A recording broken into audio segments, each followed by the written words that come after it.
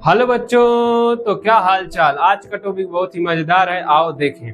एक आयताकार धातु की शीट का आयाम 40 सेंटीमीटर और 20 सेंटीमीटर है। इस शीट के प्रत्येक किनारे से 5 सेंटीमीटर भुजा के वर्ग काटे गए हैं। बचे भाग को मोड़कर एक आयताकार बॉक्स बनाया गया। इस बॉक्स का आयतन क्या होगा। बच्चों, मेरे पास एक कागज का टुकड़ा था जिसको मैंने उसी प्रकार, जैसे सवाल का उसी प्रकार से मैंने इसके चौड़ाई में से भी चारों कोनों से 5-5 सेंटीमीटर का मैंने वर्ग स्क्वायर काट लिया है। वर्ग काटने से देख रहे हो कि 5 सेंटीमीटर इधर चारों साइड से 5-5 सेंटीमीटर का कम हो जाएगा। यदि 5 सेंटीमीटर देखूंगा तो जो लंबाई है उसमें से 5-5 कम होगा तो 10 कम हो जाएगा, तो लंबाई कितनी हो जाएगी 30।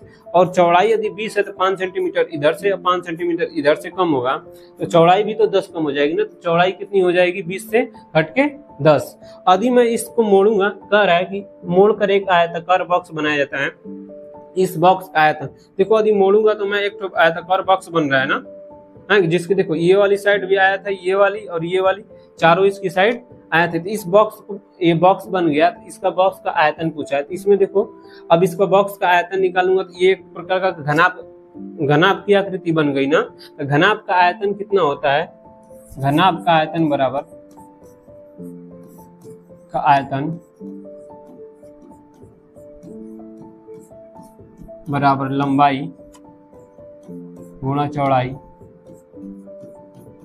गुणा ऊंचाई।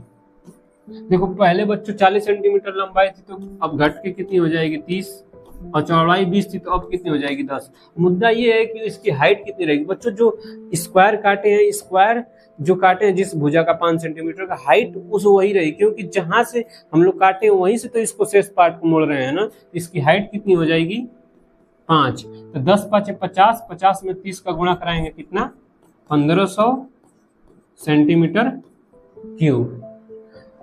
बच्चों ऐसे ही जोरदार कॉन्सेप्ट के लिए हमारे साथ जुड़ना ना भूलें।